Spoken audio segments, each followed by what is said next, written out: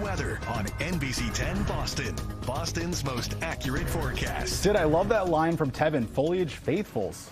Are you a fall groupie? Oh, yeah, I am. Are you? I am. I just noticed the last week, it seems like all the trees really turned over. Well, we are seeing... It's like 1 minute it's summer, then I look up and they're just changing this week. Yeah, and you know, it's been so dry. We're seeing the quick changes on a few trees. Don't say all of them, because that's not good news, especially with the winds we've been seeing. Those trees that are changing over and the leaves are starting to die, that wind is going to take all those leaves off. We do have another gusty day in store tomorrow. So hoping for good foliage, at least in spots, but fall does officially begin tomorrow, 8:44 in the morning. That is the official start of fall, and we're going to be feeling it. Sweater weather definitely on the way next week. Temperatures in the 60s. Even tomorrow, we're going to be at 65 degrees for those temperatures. So we're staying in those middle 60s really through next week. We don't have very many 70s on the board. I'm going to miss it. We have to say goodbye to that, especially as we bring in fall. We're also saying goodbye to this rain, thankfully, because we have seen quite a bit of rain now,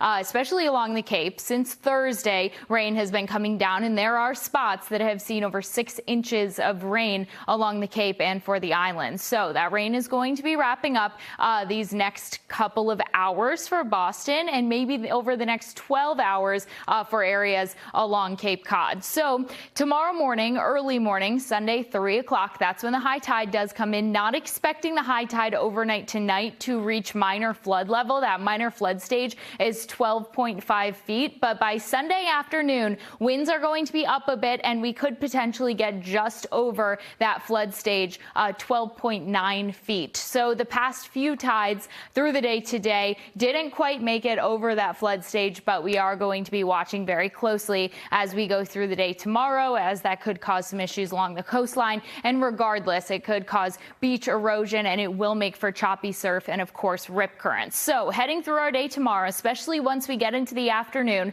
we're going to see these wind gusts increasing. So we are at 1 o'clock in the afternoon, 20 to 30 mile per hour wind gusts for areas like Boston. Framingham could see 20 to 30 mile per hour gusts, and along the Cape, 30 to 40 mile per hour wind gusts are possible. So right along the coast, as that high tide is coming in, we are going to have that wind that's pushing the water up onshore as well, and that's what's going to be creating that potential for flooding. So going through the overnight hours, watching this rain slowly winding down. We're at 6 o'clock in the morning tomorrow, and we're finally going to be, at least for the most part, mainly dry out there. We're going to watch these clouds decrease as we head through our day on Sunday as well. So now we're at 10 o'clock on Sunday, and we're going to start gaining the clouds back into the picture by early Monday. So there won't be all that much time with the sun as we go through the next 7 to 10 days. We do have a lot of clouds in the forecast. There will be some sunny days, don't get me wrong, but especially starting off next week, we're going to be a bit cloudy for Monday and Tuesday. If you do see the sun peeking out, you'll definitely want to take advantage of that, because we do have more rain chances coming